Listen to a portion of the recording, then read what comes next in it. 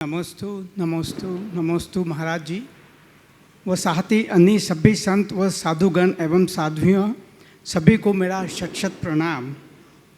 सभी उपस्थित सज्जनों को मेरा जय जिनेंद्र। गुरुदेव, आपके दर्शन से मेरा हृदय गदगद हो उठा है। अपनी शंका आपके सम्मुख प्रस्तुत करता हूँ। चैतन्य रहित द्रव्य पुद्गल कहलाता है। कर्म भी एक पुद्गल है, तो उसमें यह शक्ति कैसे जिसके अधीन हमारी आत्मा संसारिक बंधनों में बंधी हुई है। कार्मान शरीर एक पुद्गल है, वह शरीर का एक अंग है। जब आत्मा शरीर त्याग कर अन्य अवस्था को प्राप्त होती है, तब कार्मान शरीर रूप बदलकर साथ में क्यों जाता है? से जाता है, यह शरीर के साथ भस्म क्यों नहीं हो जाता है? बहुत अच्छा सवाल आपने पूछा है। आपका सवाल विशुद्धतया दार्शनिक है और उत्तर की भी अपेक्षा रखता है। सबसे पहला जो पक्ष आपने रखा है, पुद्गल अचेतन है और कर्म भी पुद्गल है, इसलिए अचेतन है। ये अचेतन पुद्गल चेतन आत्मा की शक्ति को किस प्रकार प्रभावित करता है? ये बात सही है कि अचेतन और चेतन में बड़ा अंतर है, लेकिन ये हम आप सबके लिए अनुभव सिद्ध है कि अचेतन संसार दशा में चेतन पर व्यापक प्रभाव डालता है। मैं आपसे सवाल पूछता हूँ, शराब चेतन है या अचेतन? शराब वाइन चेतन है या अचेतन? अचेतन है। उसका नशा बोतल पर चढ़ता है या पीने वाले पर? बोलो। पीने वाले पर। अचेतन शराब का चेतन शराबी पर असर क्यों? जब अचेतन शराब का चेतन प्राणी पर असर पड़ सकता है, तो अचेतन कर्म का संसारी प्राणी पर असर क्यों नहीं पड़ सकता? इसलिए ये कहना कि अचेतन का चेतन पर प्रभाव नहीं होता, सुसंगत नहीं। अचेतन चेतन को प्रभावित करता है और बुरी तरह प्रभावित करता है। आचार्यों ने तो लिखा है, का अपुब्बा दिसदी पुग्गल कम्मस ए ऋषि सत्ती केवल नान सहावो समप्यो तेन जीवस।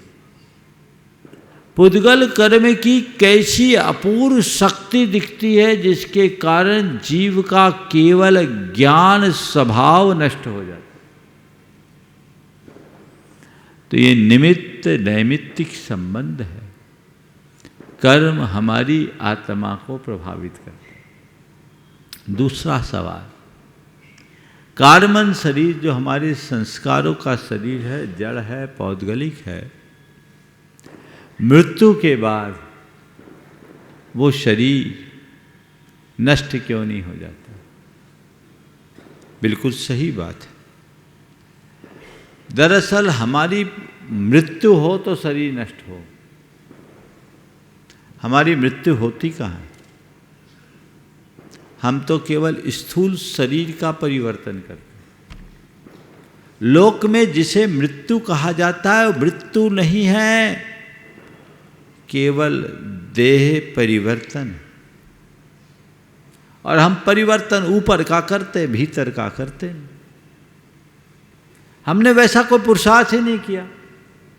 तो देह परिवर्तन की प्रक्रिया में केवल स्थूल देह परिवर्तित होता है, इसलिए एक देह छूटता है, नया देह उत्पन्न हो जाता है, और नए देह के निर्माण में भी सारी भूमिका इस कार्मन शरीर की होती है, जो हमारे संस्कारों का शरीर।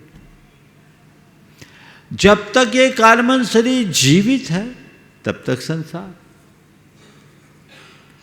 जिस दिन इस कार्मन शरीर का अंत होगा, उसी क्षण हमारी मृत्यु होगी और हम उसे मृत्यु नहीं कहेंगे, हम मृत्युंजय बन जाएंगे, जन्म मरण के चक्र से ऊपर उठ जाएंगे। वही निर्माण है जहाँ कार्बन शरीर का भी अंत है, सारे संस्कारों का क्षय, कर्म का विनाश ही कार्बन शरीर का विनाश।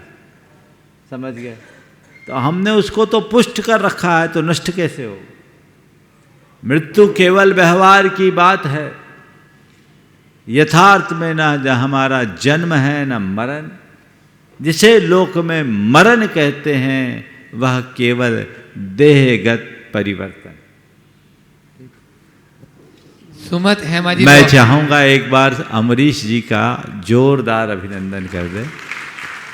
ये आपके ही शहर के एक बड़े निष्ठावान परिवार से संबद्ध सज्जन है। कल्याण आनंद भवन इंदौर का एक प्रतिष्ठित परिवार, और उसमें से ये योगेंद्र जी और ये दोनों अमेरिका में गए। योगेंद्र जी तो फिर भी यहाँ आ गए, लेकिन अमरीश जी अमेरिका में रहकर जिन शासन की ध्वजा को फहराने में लगे हैं, और मुझे तब बहुत प्रसन्नता हुई जब इन्होंने अपना भाव आज से कुछ वर्ष पूर्व प्रकट किया था कि महाराज हमने 65 एकड़ ज़मीन ले ली है कैलिफोर्निया में, और वहाँ पत्थर का जिनालय बनाने जा रहे हैं दिगंबर। भारत में पत्थर के मंदिर का निर्माण तो हमने बहुत देखा है, लेकिन 7 समुंदर पार मैं समझता हूँ पूरे अमेरिका और यूरोप का आप लोगों के द्वारा निर्माण किया जा रहा पहला पत्थर का मंदिर होगा ना? पत्थर का तो पहला ही होगा। बिल्कुल ठीक बात है। तो ये बहुत अच्छी पहल आपने की है। मैं तो यही भावना भाता हूँ कि जल्दी आपकी फॉर्मेलिटीज पूरी हो और वहाँ भगवान मंदिर, भव्य मंदिर बने और भगवान विराजमान।